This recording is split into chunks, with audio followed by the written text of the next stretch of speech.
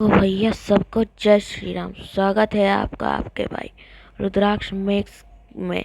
अब आप लोग हमको देखकर सोच रहे होंगे कि रुद्र भाई कल भी तुम इसी टी शर्ट में घूम रहे थे, आज फिर व्लॉग चालू कर दिए। तुम्हारे जीवन में कोई और वैरायटी नहीं है क्या?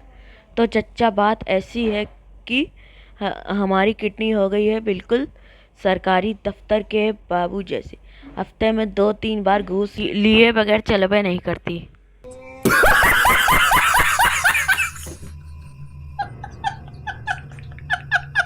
तो अब हम निकल चुके हैं अपने ससुराल यानी हॉस्पिटल की तरफ। ये लखनऊ की सड़कें और इसके गड्ढे भाई साहब अब हमको नाम से जानने लगी। जैसे ही गाड़ी गड्ढे पे जाती है नीचे से आवाज़ आती है, लो रुद्र भैया आ गए।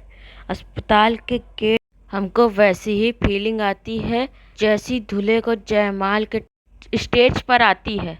पता है कि आगे आने वाले 3-4 घंटे भारी कटने वाले हैं, लेकिन मुस्कुराना जरूरी है। A few moments later. लो भैया आ गए हम अपने 5 स्टार हॉस्पिटल के अंदर। अरे वहाँ पहुँचते पहुँचते टाइम हो गया था 10:40। हमारे आते ही डॉक्टर साहब इतनी मोटी सुई लेकर आते हैं कि लगता है क्रेन मशीन आई हो। बोले रुद्र बाबू कुल हिलना मत। हम बोले सर जी सुई देखकर हमारी खुद रूह हिली जा रही और आप बदन हिलाने की बात कर रहे हो। अगर इस सुई के डर से हम जरा सा भी हिले तो हमारा बचा कुचा खून भी यहीं यमुना गंगा की तरह बहने लगेगा। फिर मत कहना कि रुद्राज अपने बेड को कुरुक्षेत्र का मैदान बना दिया। सच बताएं भैया, ये जो 4 घंटे खून की अदला बदली चलती है ना, इस दौरान बेड पे लेटे लेटे ऐसी फीलिंग आती है जैसे हम कोई मरीज नहीं बल्कि अपनी गाड़ी की सर्विसिंग सेंटर पर बैठे हों। एक तरफ मशीन हमारा खून ऐसे खींच रही होती है जैसे मैकेनिक पुरानी कार से मोबिल ऑयल निकालता है। बगल में नर्स मैडम खड़ी रहती हैं जैसे सर्विस सेंटर का सुपरवाइजर बिल बना रहा हो। मन करता है कि पूछ ले, हाँ भाई सिर्फ खून ही बदल रहे हो या फिल्टर विल्टर भी चेंज करोगे? और सुनो थोड़ा ग्रीसिंग भी मार देना।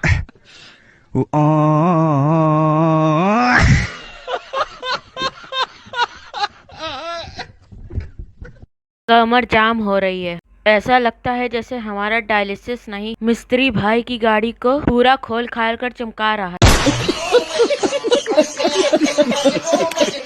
बंदा सोचता है कि बाहर जाते ही सर्विसिंग का तगड़ा बिल फटेगा, लेकिन तभी भूख ऐसी लात मारती है कि सारा मैकेनिक पना धुआं धुआं हो जाता है। भी हम ख्यालों में डूबे ही थे कि तब तक वार्ड बॉय साहब प्रकट हुए, हाथ में कांच की प्लेट लिए हुए।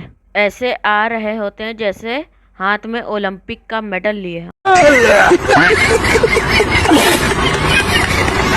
बोले लो रुद्राज भैया तुम्हारा नाश्ता। अब भाई साहब अस्पताल वाले डायलिसिस के साथ नाश्ता ऐसे देते हैं कि उन्होंने हमारा खून चूसने के बदले बहुत बड़ा मुआवजा दे दिया है। ऐसा लगता है कि हमारी किडनी का रेंट एग्रीमेंट इन्हीं के पास हो और ये महीने का किराया चुका रहे हैं। लेकिन नाश्ता देखकर हमारे अंदर का मिडिल क्लास भी जाग जाता है। मतलब ये जो फिर वही बात आ जाएगी, जो गरीब हो ना आदमी, यो साला अपनी आदत से गरीब हो। ब्रेड का स्लाइस इतना सूखा होता है कि अगर उसको दीवार पे मारे तो दीवार पे छेद हो। और मक्खन ब्रेड पर इतना कम लगा होता है कि जैसे किसी कंजूस ने सोने की परत चढ़ाई हो।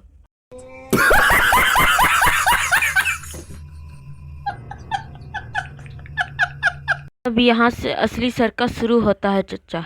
एक हाथ में लगी है सुई और दूसरे में बीपी नापने वाले काले रंग की हथकड़ी जो हर 10 मिनट में हाथ को भींच लेती है जैसे पुलिस 3rd डिग्री रिमांड पर ली हो। अब इन्हीं बंदे हाथों से चाय का कप भी उठाना है और रूखी ब्रेड भी चबानी है। यहाँ हमारा दिमाग इसरो के वैज्ञानिक की तरह काम करता है। हम ऐसा निशाना साधते हैं कि और ऐसी ब्रेड की बाइट मारते हैं कि बगल वाले बेड का मरीज भी सोचता है यह लड़का तो बीमार नहीं लगता बल्कि इसकी भूख एकदम दनादन है। मुफ्त का प्रसाद है भाई समझकर खा लेते हैं। तो जब तक हम यह प्रसाद ग्रहण करते हैं तब तक आप हमारी नई राम भगवान की ड्राइंग देख लीजिए। अभी मजा आएगा ना भिड़ो। और सुनो चच्चा, ये ड्राइंग देखकर आप लोग यह बोले कि ओ रुद्र भाई क्या गजब ड्राइंग बनाए हो। तो चच्चा, जो स्क्रीन पर दिखता है वो केवल सत्यम शिवम सुंदरम नहीं होता, इसके पीछे जो रहता फैला होता है, आज व्लॉग में वो दिखेगा। हमने उसका क्लाइमेक्स तो देख ही लिया, बिहाइंड द सीन की ट्रेजेडी भी देख लो।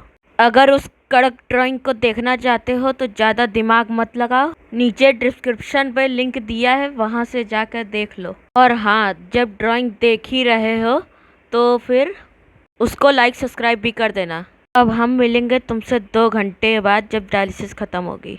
2 hours later. लगभग 3 बजते ही हमारी मशीन टी टी कर रोने लगी। तब वार्ड बॉय आकर बोले, या टाइम खत्म, बेड खाली करो। अब अस्पताल वाले हमारे फूफा तो है नहीं, जो हम कहेंगे रुको फूफा जी जरा चाय की चुस्की मार ले। उन्होंने कहा जगह चाय की चुस्की अब घर जाके मारना, बेड खाली करो। तो भैया हम भी व्हील चेयर पर बैठे और पहली ही फुर्सत में निकल लिए।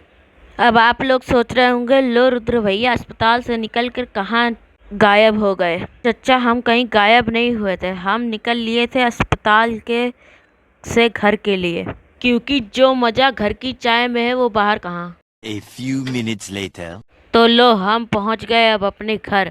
सच बताएं तो जो मज़ा अपने घर की चाय पीने में आता है वो और कहाँ।